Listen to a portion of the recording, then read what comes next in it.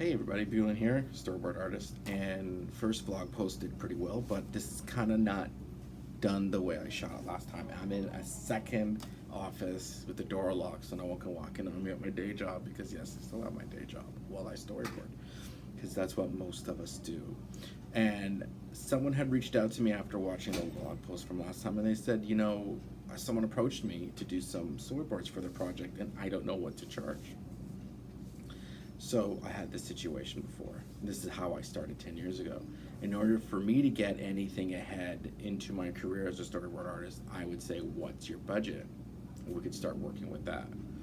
This worked. This helped me get a few jobs. This helped me get quite a few jobs. This helped me get a lot of jobs. And at that point, start getting a bit more dangerous in terms of what my value was.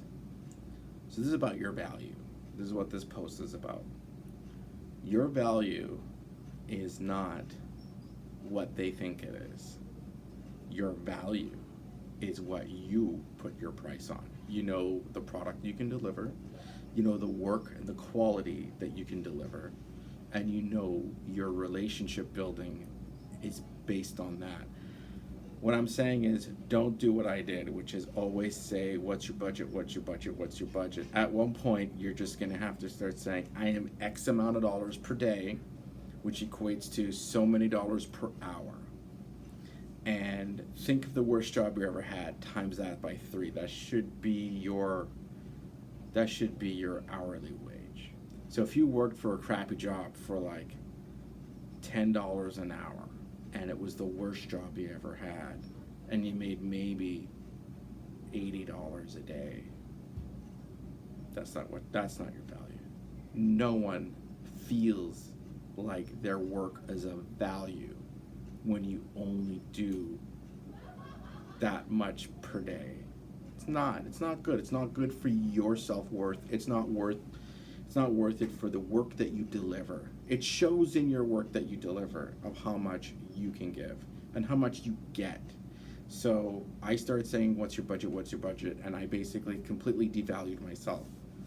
I devalued myself to the point where only the worst projects would come onto my plate at one point. It was literally the same kind of project. You can see in my resume the kind of projects I did in the past, and you'll see that that's what they were, and they weren't paying me enough. And it came to the point where I had to publicly announce that I quit. I had to quit in order to come back and be paid properly. It was a complete different mindset. It was a break from not just working, it was a break from how I used to work. You need to know what your value is, and you need to know what you would pay you to do this job. How much would you pay yourself to do the job you want to do for a good long time? And as the work and the projects increase in value, then your value rises as well. You can never go back to $8, $10 an hour, ever. Don't devalue yourself. Don't devalue your work, because then the work will not be valuable to you in the future.